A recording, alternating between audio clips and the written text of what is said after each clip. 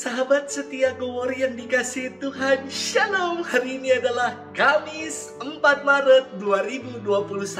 Bersama-sama kita akan merenungkan firman Tuhan yang diambil dari Injil Lukas 16 ayat 19 sampai dengan 31. Mari kita siapkan hati kita. Terpujilah Kristus Tuhan, Sang Raja kemuliaan kekal. Berbahagialah orang yang setelah mendengarkan firman Tuhan,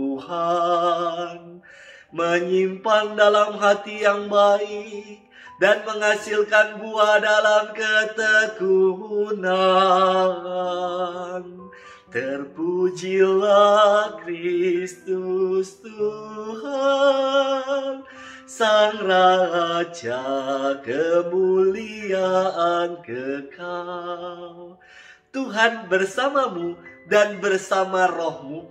Inilah Injil Yesus Kristus menurut Santo Lukas. Dimuliakanlah Tuhan.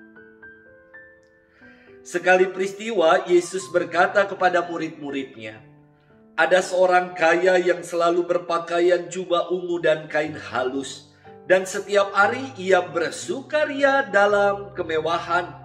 Dan ada seorang pengemis bernama Lazarus, badannya penuh dengan borok.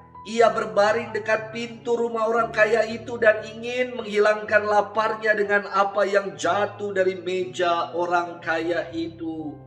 Malahan anjing-anjing datang dan menjilati boroknya. Kemudian matilah orang miskin itu, lalu dibawa oleh malaikat-malaikat ke pangkuan Abraham. Orang kaya itu juga mati lalu dikubur. Sementara menderita sengsara di alam maut, ia memandang ke atas dan dari jauh dilihatnya Abraham dengan Lazarus duduk di pangkuannya. Lalu ia berseru kepada bapa Abraham, kasihanilah aku, suruhlah Lazarus mencelupkan ujung jarinya ke dalam air dan menyejukkan lidahku, sebab aku sangat kesakitan dalam nyala api ini.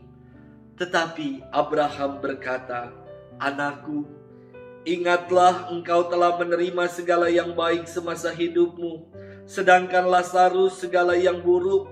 Sekarang ia mendapat hiburan dan engkau sangat menderita. Selain daripada itu, di antara kami dan engkau terbentang jurang yang tak terseberangi, sehingga mereka yang mau pergi dari sini kepadamu ataupun mereka yang mau datang dari situ kepada kami tidak dapat menyeberang. Kata orang itu, kalau demikian aku minta kepadamu Bapa, supaya engkau menyuruh dia ke rumah ayahku, sebab masih ada 5 orang saudaraku, supaya ia memperingatkan mereka dengan sungguh-sungguh, agar mereka kelak jangan masuk ke dalam tempat penderitaan itu. Tetapi kata Abraham, ada pada mereka kesaksian Musa dan para nabi, baiklah mereka mendengarkan kesaksian itu.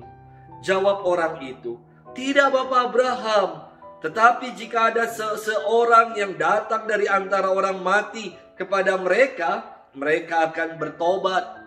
Kata Abraham kepadanya, jika mereka tidak mendengarkan kesaksian Musa dan para nabi, mereka tidak juga akan mau diyakinkan, sekalipun oleh seorang yang bangkit dari antara orang mati. Demikianlah Injil Tuhan. Terpujilah Kristus. Sahabat setia Gowori yang dikasihi Tuhan, Shalom. Suatu kali saya bertanya kepada seorang pemuda, nak, menurutmu hidup ini untuk apa sih? Pemuda itu menjawab, hidup ini untuk 4K Romo. Wih, apalagi nih? Saya udah gak sabar ingin mendengar kepanjangannya. Dia menjawab, hidup ini untuk kuliah Romo sampai selesai, kerja, jadi kaya, dan kawin Romo. Saya terkesan sekali sama jawaban anak itu.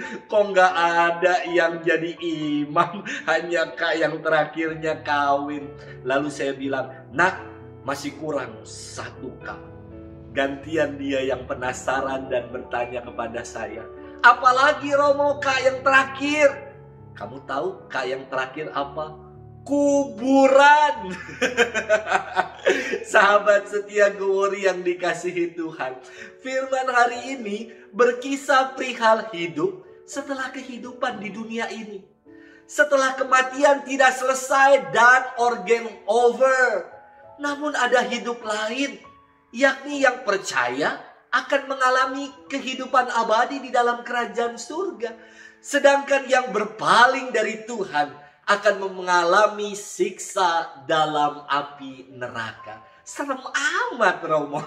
Katekismus Gereja Katolik nomor 1033 mengatakan, keadaan pengucilan diri secara definitif dari persekutuan dengan Allah dan dengan para kudus dinamakan neraka. Saya tidak tahu secara persis apakah sungguh di neraka tidak ada AC karena saya belum pernah ke sana. Namun dari ajaran gereja dan firman Tuhan hari ini dapat kita simpulkan bahwa neraka adalah keadaan yang terpisah dari Allah dan yang ada di situ hanyalah siksa dan sengsara. Yesus memperingatkan para muridnya melalui kisah seorang kaya yang gak punya hati dan seorang pengemis bernama Lazarus, agar mereka bertobat, yakni berbalik dari hidup yang lama dan mau terarah kepada Tuhan. Bahwa hidup di dunia ini pada waktunya akan selesai dan kita akan memulai peziarahan hidup yang baru seturut dengan belas kasih Allah dan dari apa yang telah kita tabur dalam kehidupan ini.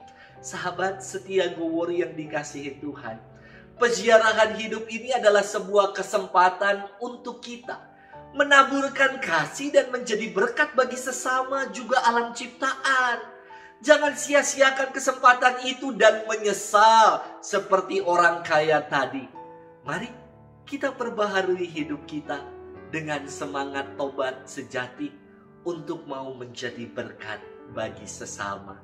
Tuhan memberkati kita dalam nama Bapa dan Putra dan Roh Kudus. Amin.